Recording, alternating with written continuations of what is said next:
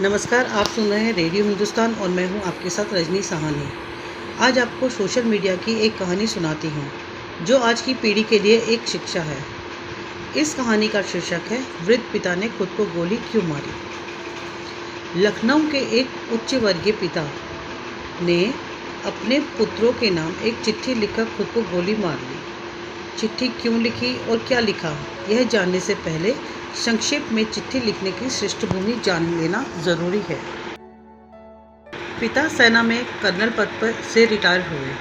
वे लखनऊ के एक posh colony में अपनी पत्नी के साथ रहते थे। उनके 2 बेटे थे जो सुदूर अमेरिका में रहते थे। यहाँ यह बताने की ज़रूरत नहीं है कि माता पिता ने अपने लाडलों को पालने पोसने में कोई कोर कसर नहीं रखी।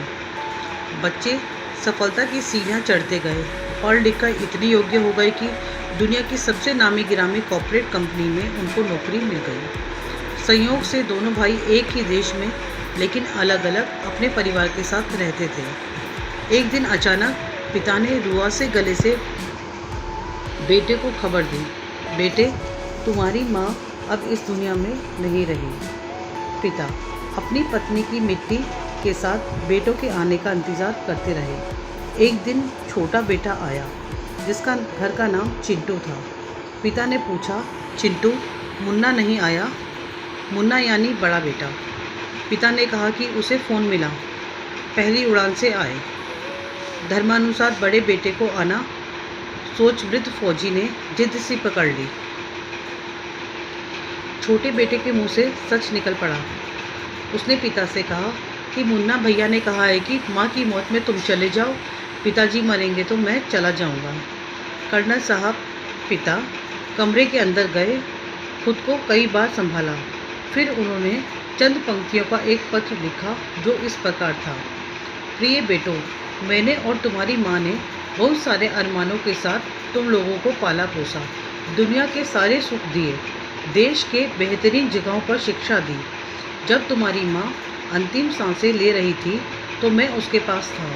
वह मरते समय तुम दोनों का चेहरा एक बार देखना चाहती थी और तुम दोनों को बाहों में भरकर चूमना चाहती थी।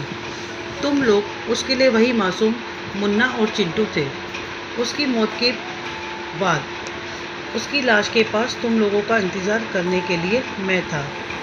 मेरा मन कर रहा था कि काश तुम लोग मुझे ढांढस बनाने के लिए मेरे पास होते।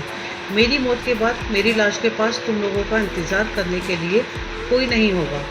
सबसे बड़ी बात यह है, मैं यह नहीं चाहता कि मेरी लाश निपटाने के लिए तुम्हारे बड़े भाई को आना पड़े। इसलिए सबसे अच्छा यह है कि अपनी माँ के साथ मुझे भी निपटा कर ही जाओ। मुझे जीने का कोई हक नहीं है, क्योंकि जिस समाज ने मुझे जीवन भर धन सम्मान दिया, मैंने समाज को असभ्य नागरिक दिए। हाँ, अच्छा रहा कि हम अमेरिका जाकर नहीं बसे, सच्चाई दब जाती।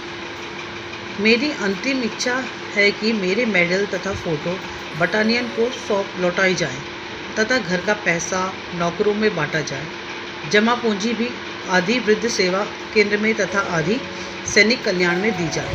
तुम्हारा पिता। कमरे से ठाई की आवाज़ आई। कर्नल साहब ने खुद को गोली मार ली। यह क्यों हुआ, किस कारण हुआ, कोई दोषी है या नहीं, मुझे इसके बारे में कुछ नहीं कहना। हाँ, यह काल्पनिक कहानी नहीं, पूरी तरह सत्य है।